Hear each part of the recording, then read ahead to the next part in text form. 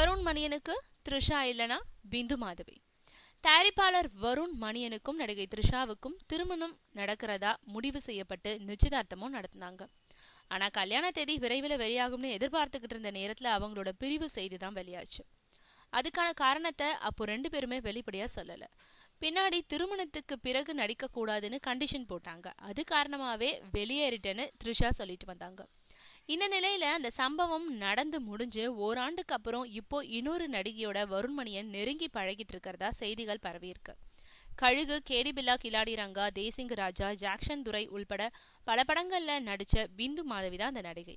இவங்க 2 பேரும் jolly tour அடிச்ச புகைப்படங்களை தன்னோட இணைய பக்கத்திலேயே வெளியிட்டு இருந்தாங்க பிந்து மாதவி. பின்னாடி அதை நீக்கிட்டாங்க. இருந்தாலும் அவங்க பதிவேற்றம் செஞ்சிருந்த புகைப்படங்கள் இப்போ இணையதளங்கள்ல வைரலா பரவிக்கிட்டு இருக்கு.